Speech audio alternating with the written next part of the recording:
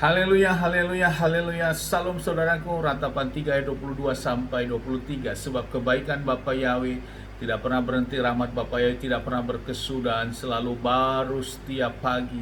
Kita kembali mengucap syukur saudaraku, kita bisa bangun pagi kembali pada pagi hari ini. Sesungguhnya semuanya oleh karena kebaikan dan rahmat Bapa Yahweh di dalam kehidupan kita, dimanapun kita berada saudaraku. Renungan KPI Mayim Kaim pada hari Selasa tanggal 6 Juli 2021 atau pada tanggal 26 Tamus 5781 yang merupakan kelanjutan dan pembacaan renungan Torah kita diambil dari kitab Bilangan atau Bamidbar 30 ayat 1 sampai 2 yang berkata demikian saudaraku.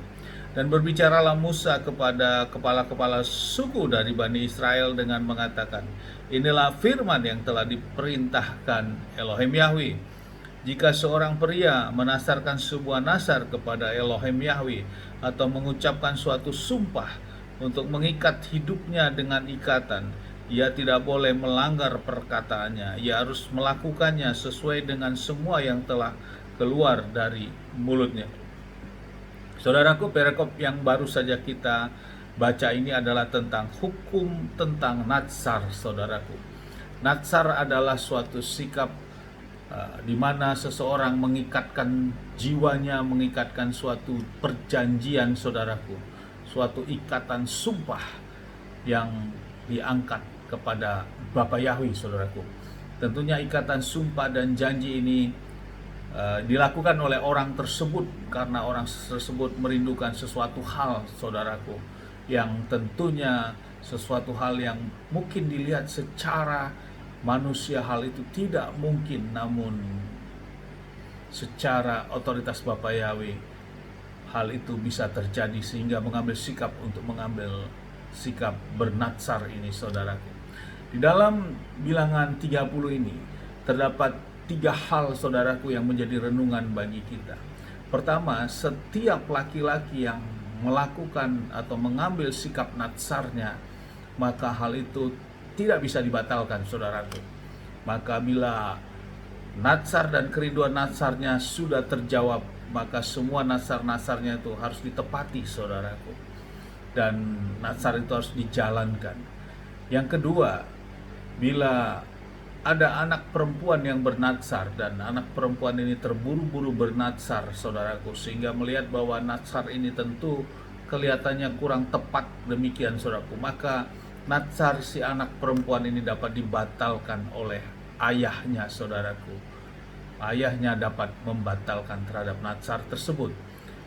Yang ketiga saudaraku, bila ada seorang istri yang melakukan mengambil sikap natsar, hal yang sama juga mungkin istri ini bernatsar dengan keterburu-buruannya sehingga natsar tersebut kelihatannya kurang tepat, dan suami dari istri ini mendengar tentang sikap natsar tersebut, maka hukum Bapa Yahweh menetapkan bahwa suami tersebut dapat membatalkan terhadap semua natsar-natsar yang diangkat oleh istrinya ini saudaraku.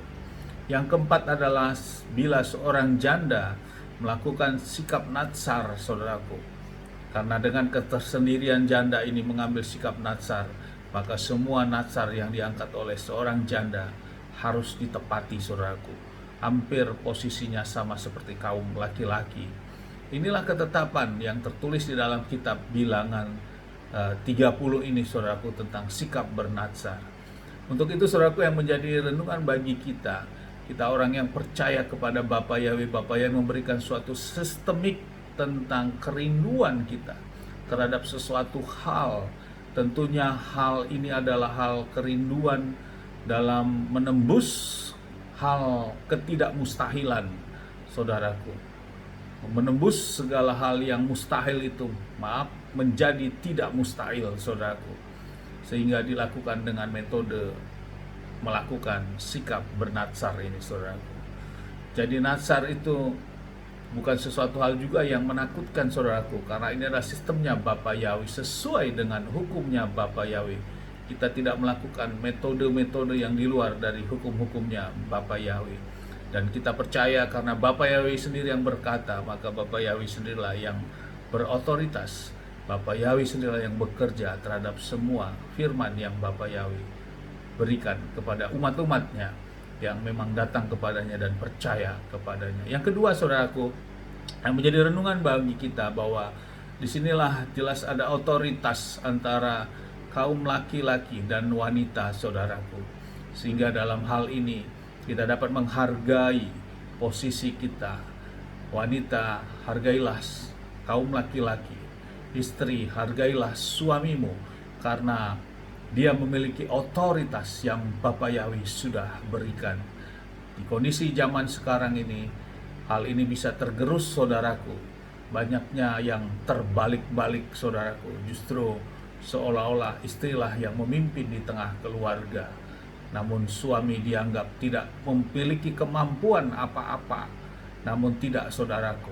Hukum Bapa Yahweh sudah menetapkan ada otoritas yang diberikan kepada kaum suami terhadap juga demikian juga terhadap istri, sehingga suami memiliki otoritas mampu untuk membatalkan terhadap nasar-nasar yang diangkat oleh seorang istri.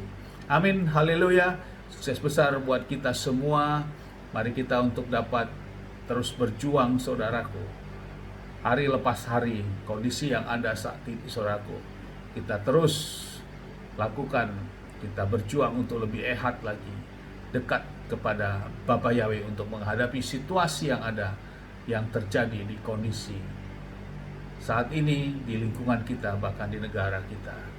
Amin, haleluya. Sukses besar buat kita, maju terus dalam iman. Dari tempat ini saya berdoa, Bapa yang memberkati dan melindungi kita semua dimanapun kita berada.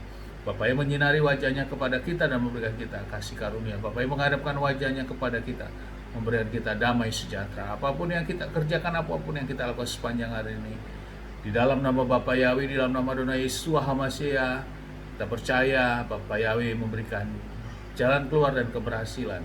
Dan kita orang-orang yang percaya kepada Bapa Yahweh dan mau melakukan perintah dan ketetapannya, hukum Bapa Yahweh nyatakan kita tidak dipermalukan dan kita diberkati. Amin, haleluya. Salam, saudaraku.